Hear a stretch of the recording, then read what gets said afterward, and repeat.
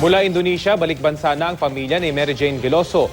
Patuloy raw silang umaasang tuluyan ng makakalaya si Mary Jane. Ang mainit na balita hatid ni Von Aquino.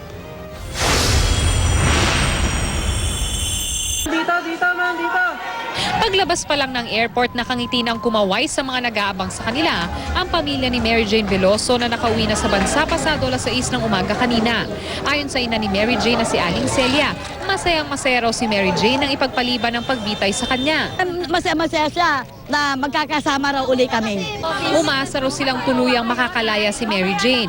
Mas maigi raw ang kalagayan nila ngayon kaysa noon. Napatalon pa nga raw sa tuwa ang panganay na anak ni Mary Jane nang malamang ipinagpaliban ng pagbitay sa ina. Ang buong pamilya nagyakapan. Nagpasalamat naman si Nanay Celia sa lahat ng tumulong sa kanila. Mapapasalamatan ho namin lahat. Lahat. Salamatan. Lahat ng mga tumulong sa amin, talagang masaya kami.